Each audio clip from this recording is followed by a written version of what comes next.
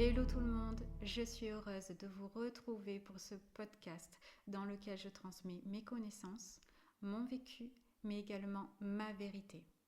Je tiens à préciser que je ne détiens pas la vérité absolue, ce n'est que mon interprétation à travers mon expérience pour vous apporter éventuellement une nouvelle vision. Donc prenez uniquement ce qui fait écho, ce qui fait sens en vous et ce qui vous pousse à la réflexion. Votre pouvoir du discernement et du libre arbitre sont entre vos mains. Ceci étant dit, le thème d'aujourd'hui est corps.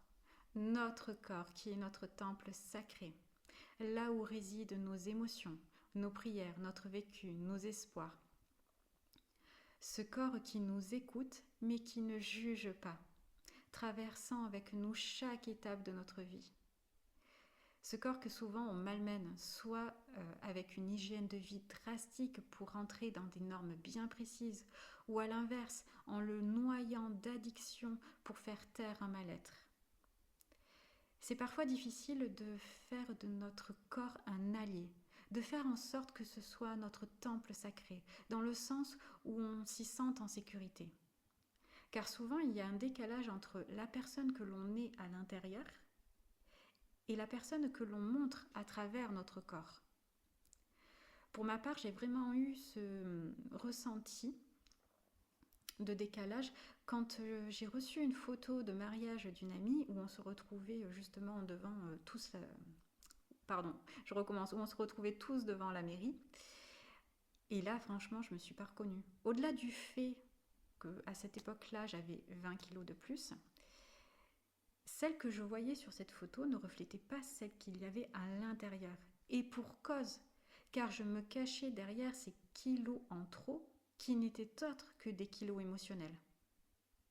Alors c'est un exemple, il y en a bien d'autres, mais en soi, on se sert de notre corps comme d'un bouclier, en lui incrustant, en gravant des mécanismes d'autodéfense qui parfois, finalement, nous amènent à l'inverse de ce que l'on voudrait.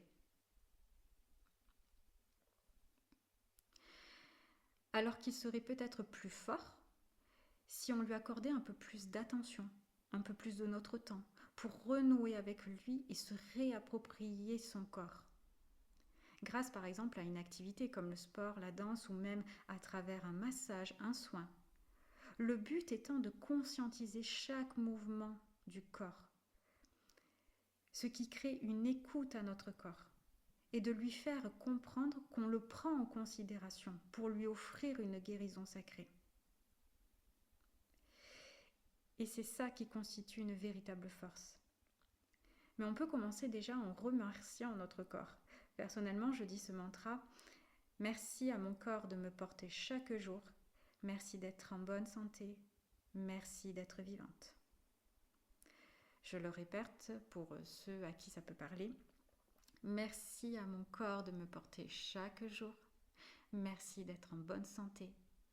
Merci d'être vivante.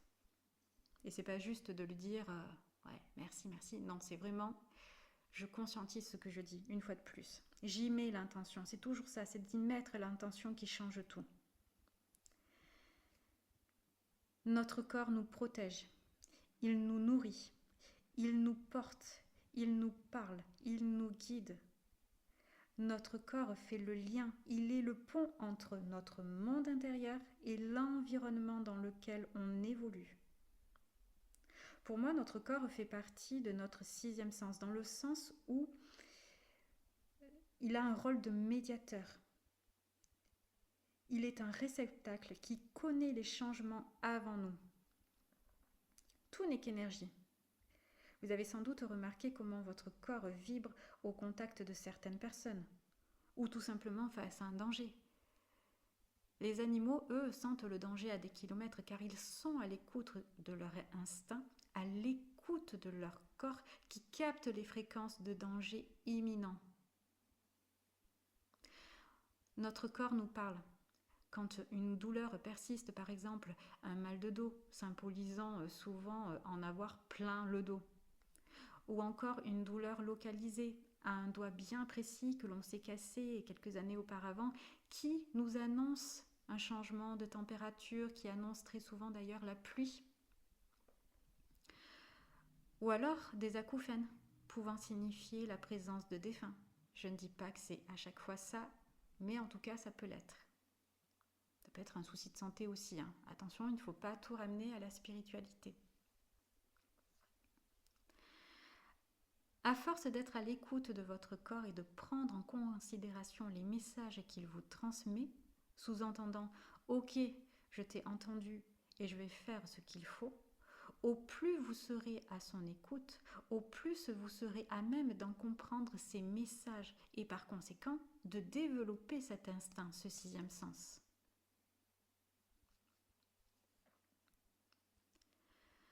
Prendre soin de son corps, ce n'est pas qu'une question de santé. En ayant une alimentation variée, faire du sport, c'est avant tout apprendre à être à son écoute grâce à son corps. Et puis notre corps enregistre tout, il garde tout en mémoire.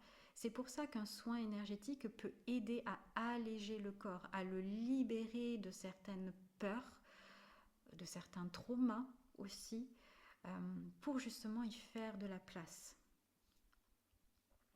Avec plus d'amour, bien évidemment.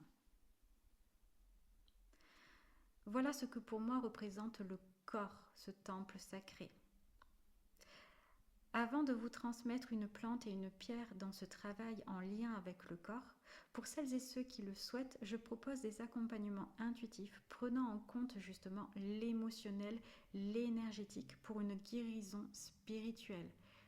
Pas une guérison physique, je ne suis pas médecin, à chacun son travail, mais je parle de guérison spirituelle.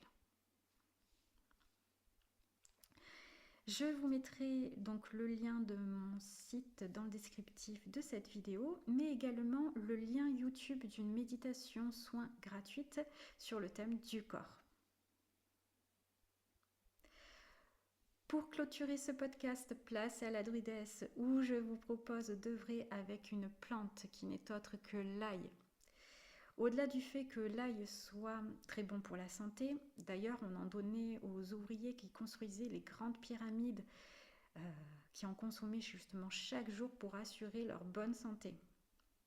Donc au-delà de ça, l'ail aide à retrouver confiance en soi et force. Pour la pierre, je dirais la holite blanche, qui va aider à être une meilleure version de soi-même, qui va calmer le mental et équilibrer l'émotionnel.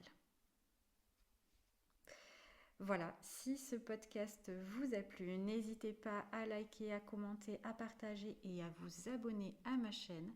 Et moi, je vous remercie pour votre écoute et je vous dis à bientôt. Bye bye!